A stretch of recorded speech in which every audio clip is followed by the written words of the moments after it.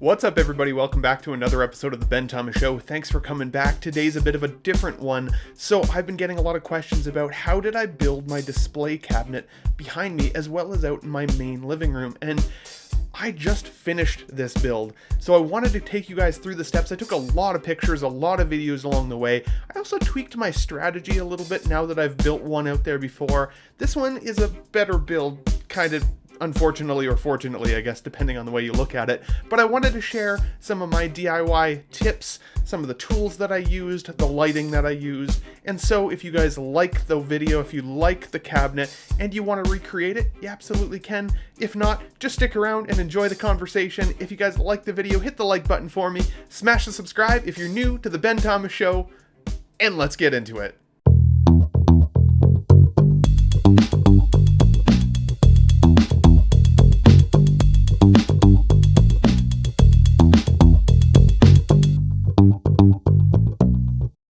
So before we get into it, we use 3 Billy shelves. I'll put up the SKU later.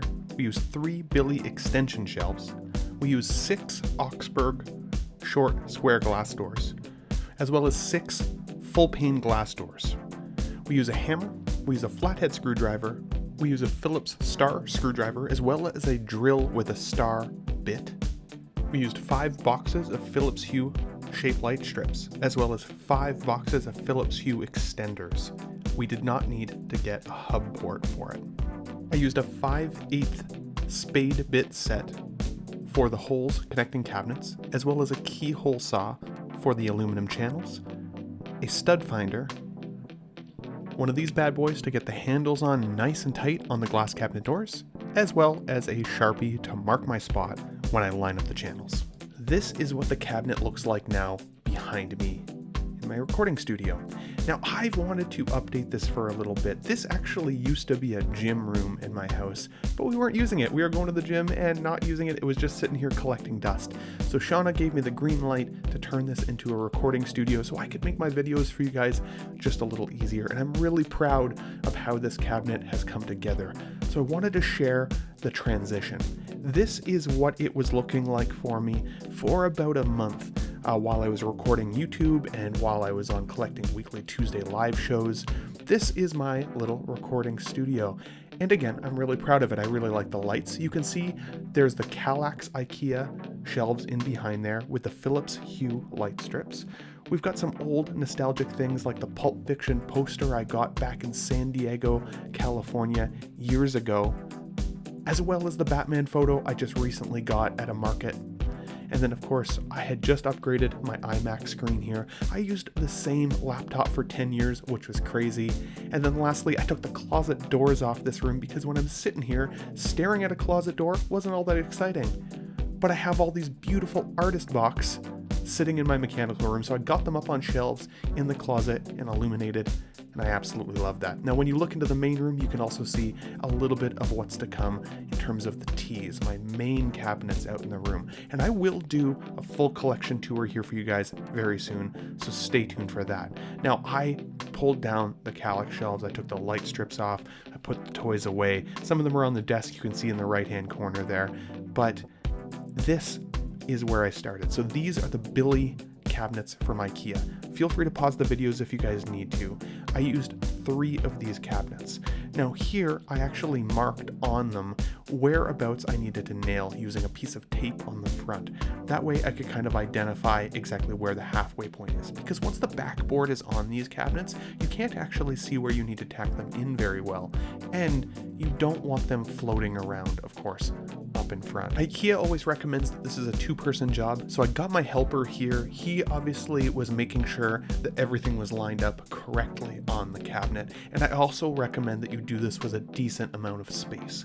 Now, once you see the shelves in the unit, you get a bit of an idea or feel for where you want your Hot Toys to look, or your collectibles, depending. Maybe you're collecting statues. I did 14 dots down on the shelf. Now, you also need to recognize that once the backboard is on, if there's a power outlet in behind where you're going to want to put your lighting into, you need to know kind of where that is. And once these cabinets are nailed to the wall, it's really hard. So I used, again, green tape in order to measure exactly where the outlet is.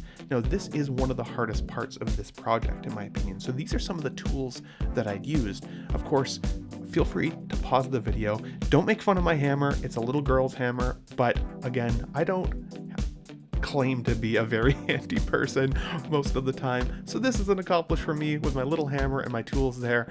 We got the shelves up, and you can see that I've been able to successfully cut around the switch plate in order to plug everything in once everything is lined up. Now, I definitely recommend with these billies, because they're so high, find a stud in the wall. I did buy a stud finder for about $14 from Home Depot, and of course you can then get this nailed in or screwed in to the stud in behind the shelves, because they are quite top heavy. And initially I use a drywall anchor, but after starting to put some of the doors on here in the next couple shots, the whole cabinet started to pull forward, and I thought it was going to fall over completely. So definitely use my recommendation, buy the stud finder, and make sure you screw those cabinets into those studs. Because once you start putting on these doors, this actually does put a lot of frontwards pressure on. Now, these doors are the Augsburg doors from IKEA as well. Now, the hole on the handle on the back is actually pretty small, so I use this vice grip tool in order to kind of lightly or gently apply some pressure around it. So when I take my power drill, I can actually get it screwed on. I tried to do this manually by hand on my first set of cabinets, and I couldn't get the handle in all the way. So essentially, when I'm standing here with these tools, don't mind my background, it's a little bit messy. It's the way she goes when you're renovating a project. Again, I have the forceps tools here, or the vice grip, wrench, and I pop the screw in, get it turned in, holding that handle on the other side. So that way, as the screw starts to go into the handle, you can use pressure from both sides and you get an extremely tight fit. Let me show that to you guys and what that looks like here in just a moment. Boom. As you can see, nice and tight. Take the tape off. Bob's your uncle. Now, lining up the doors can be tricky, so I do recommend looking at the instructions on both the Billy cabinets as well as the Augsburg doors on how to do so. I typically set the screw at the highest mounting point first, and then kind of work from there. But of course, your baseboard, your wall may not be perfectly flat, so you will find that you do have to tweak those a little bit. Now, for the light strips that I put in the cabinet, I use these diffuser bars. They're an aluminum base with a plastic shell up on the top that helps to essentially diffuse the light from the light strip coming out of it and making that really bright, glowy look that you see in each cabinet, as opposed to being able to see those individual LEDs. It's called this Temuther. I do get it from Amazon.ca. They are about $30 a piece. They come with 5 channels, and in my display here, I needed 15 channels. So I needed to buy this 3 times, which was about $120 Canadian. I also got this little saw. Now, going outside with a lumber piece here, I find this to be the hardest part of this project. I don't have power tools, so some of you guys that have power tools, you'll be able to do this a little easier. But essentially, I needed to be able to cut this to length. So you can see here, using this piece of shelf and some strategic taping action, I was able to exactly measure on the board where I needed to cut. So that way, when you get it in your cabinet, you know that it'll fit. Unfortunately, you do have about 15 wasted ends. But once you get it in there, what I did was I essentially took 2-inch tape and measured from the edge of the cabinet to the back side. I then used this as a way to measure the distance for where those channels were going to sit in the cabinets. So when I run the light strips initially through them, at least they will line up. This is something I didn't do on my first round of cabinets. I just tried to wing it, and I found that it wasn't very straight.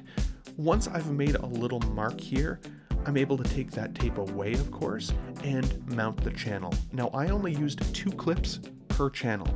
So for me, I found that that's more than enough weight. You can see how I mounted the clips first, then the channel second. Now, this is also a part that is a little bit challenging. I use a drill bit for this and drill through the cabinets. One of the reasons, again, you want to make sure this is anchored is because I'm going to run the cords out the right side down the wall where you can't see them, and then run the channel through and connect all the cabinets. Measuring that is very important, so again, making sure your channels are lined up correctly is really important. Then I start running my Philips light strips through. Now I used, of course, 5 boxes of the LED light strips the Philips Hues, and then 5 light strip extenders that allow the whole strip essentially to get lit. And this is how it started to turn out. As I started to progressively drill those holes through and run the lights through the channels, you can see here at the end result, there is no cord showing because I don't like cords. It's actually hidden behind that Batman cross-stitch picture. And ultimately, it's very well lit, in my opinion, and of course I can change the colors to anything I want. But now that you've seen everything put together, I wanted to reiterate quickly what I used for this process, so you can piece it all together in your mind's eye. We use 3 Billy shelves, we use 3 Billy extension shelves, we use 6 Augsburg short square glass doors, as well as 6 full pane glass doors. We use a hammer, we use a flathead screwdriver, we use a Phillips star screwdriver, as well as a drill with a star bit.